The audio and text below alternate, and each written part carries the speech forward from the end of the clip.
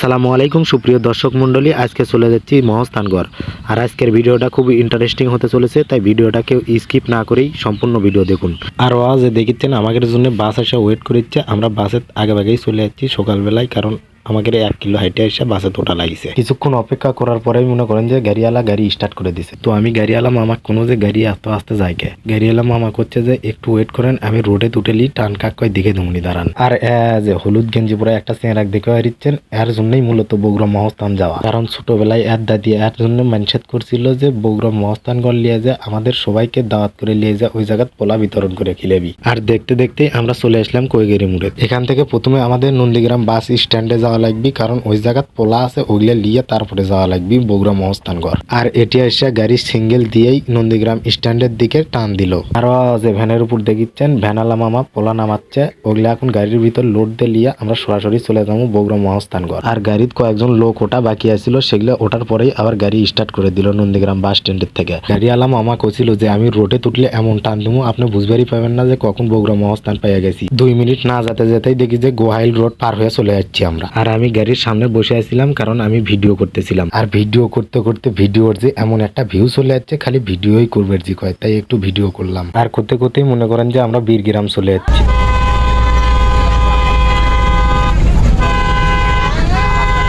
আর একটু পরে শাকপালা চলে আসলাম। আর শাকপালা থেকে বামের রোড দিয়ে একবারে জিএ মেডিকেল রোড দিয়ে চলে যাবো একবারে চারমাথা।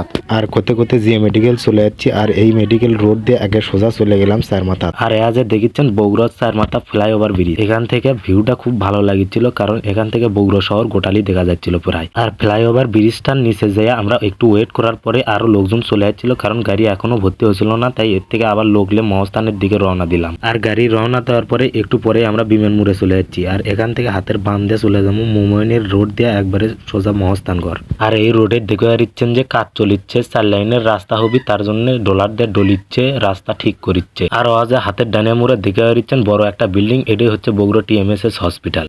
আর হাতের বামে মোড়ো সাইডে একটা দেখে দিচ্ছেন মসজিদ। এই মসজিদটা আমার কাছে খুব ভালো লাগছে, তাই একটু ভিডিওর মাধ্যমে তুলে ধরলাম। আর দেখতে দেখতে আমরা চলে আসলাম বগুড়া মহস্থানগড়। আর এখানে আসার পরে সবগুলি গাড়ি থেকে নামার পরে সবগুলি খালি মুখে একটাই কথা যে খিদে লাগছে, আগে খাওয়া লাগবে প্রথমে, তারপরে ঘোরাঘুরি করবো। আর এখানে এসে একটা রুম নিছি, রুমের ভিতর সবাই রেস্ট করতেছিল আর কয়েকজন শশা কাটিচ্ছিল। আর খাওয়া দাওয়ার পর্বটা শেষ করে সরাসরি চলে আসলাম মাজারে। মাজারে যাওয়ার পথে দেখলাম একটা কটকটি, তাই বগুড়ার কটকটি যদি নাই লিয়া যায় তাহলে কেমন হয়। আবার মনে করলাম যদি এই কটকটি নিই তাহলে তো সারাদিন আমাকে এই কটকটির ব্যাগ নিয়ে ঘোরা লাগবে, তাই সরাসরি চলে গেলাম মাজারে। আর মাজারের এটি এসে প্রথমে আসে ভান্ডারখানাতে আসা লাগবে, কারণ ভান্ডারখানাতেই পোলা দেওয়া লাগবে, কারণ এখানে সবাই মানসেত করলে এই ভান্ডারখানাতেই পোলা দেয়। আর হলুদ গেঞ্জি পরা দেখে হারিচ্ছেন এই চেহারারই ছোটবেলাতে আর দাদি মানসেত করেছিল, তাই আর হাত দেয় বলে এই ভান্ডারখানাত এলে পোলা দেওয়া লাগবে। আর কোনো কিছু জিজ্ঞাসা না করে এই ভান্ডারখানার ভিতরে হরহর করে ঢুকে পড়ছিল। আর ভান্ডারখানাত সবসময় ভিড় হয়, কারণ হচ্ছে সবাই এই জায়গাতে এসে মানসেত করে এই ভান্ডারখানাতেই পোলা দেওয়া লাগে। পোলা দেওয়ার কাজ শেষ করে আমরা